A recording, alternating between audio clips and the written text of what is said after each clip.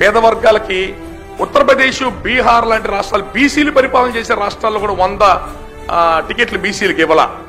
చిరంజీవి గారు ఇచ్చారు, 110 స్థానాలు ఇచ్చారు ఆయన. అట్లా ఒక బలమైన ప్రయత్నం. అదే రాజశేఖర రెడ్డి గారు ఏం చేశారు, 85 మంది రెడ్లకు ఇచ్చారు.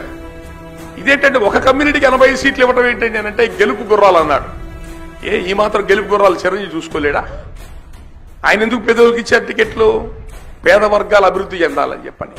లాస్ట్ టైం పవన్ కళ్యాణ్ గారి టికెట్స్ ఇచ్చిన దాంట్లో ఎంతమంది యువత ఉన్నారు తెలుసా? ఎంతమంది చిన్న వ్యాపారాలు చేసుకునే వాళ్ళు ఉన్నారు.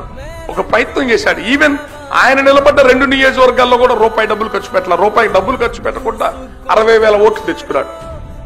అధికారమే పరమావధి. అధికారాన్ని చేరుకోవడానికి ఎలాంటి తప్పుడు మార్గాలను వెళ్లి ముందు అధికారం సంపాదించాలా, ఎన్ని కోట్లైనా పోసి అధికారం తెచ్చుకోవాలా, తర్వాత 1000 కోట్లు దోపిడీ చేయాలనే ఈ రోజుల్లో ఉన్న వ్యవస్థలు, ముఖ్యంగా సదరన్ ఇండియా, సౌత్ ఇండియాలో డబ్బులు లేని రాజకీయాలు లేవనే రోజుల్లో చిరంజీవి గారు కానివ్వండి, పవన్ కళ్యాణ్ గారు కానివ్వండి, ఒక మార్పు కోసం ప్రయత్నం చేశారు. చిరంజీవి గారు చేసిన ప్రయత్నం ఆ రోజున ప్రజలు ఎవరు కూడా సోషల్ మీడియా లేదు, అధికారం అనుభవించిన వాళ్ళు టీవీలో ఏది చెప్తే అది వినాలా, ఏం జరుగుతుంది ఎవరికేం తెలియదు. అనేక దెబ్బలు, ఆటుపోట్లు, వెన్నుపోట్లు అనేకం జరిగినాయి. 15-20 సీట్లు గెలిచామంటున్నారు. 50 సీట్లు 500 నుంచి 1000 ఓట్లు, 2000 ఓట్లతో ఓడిపోయారు చిరంజీవి గారు ఆ రోజున.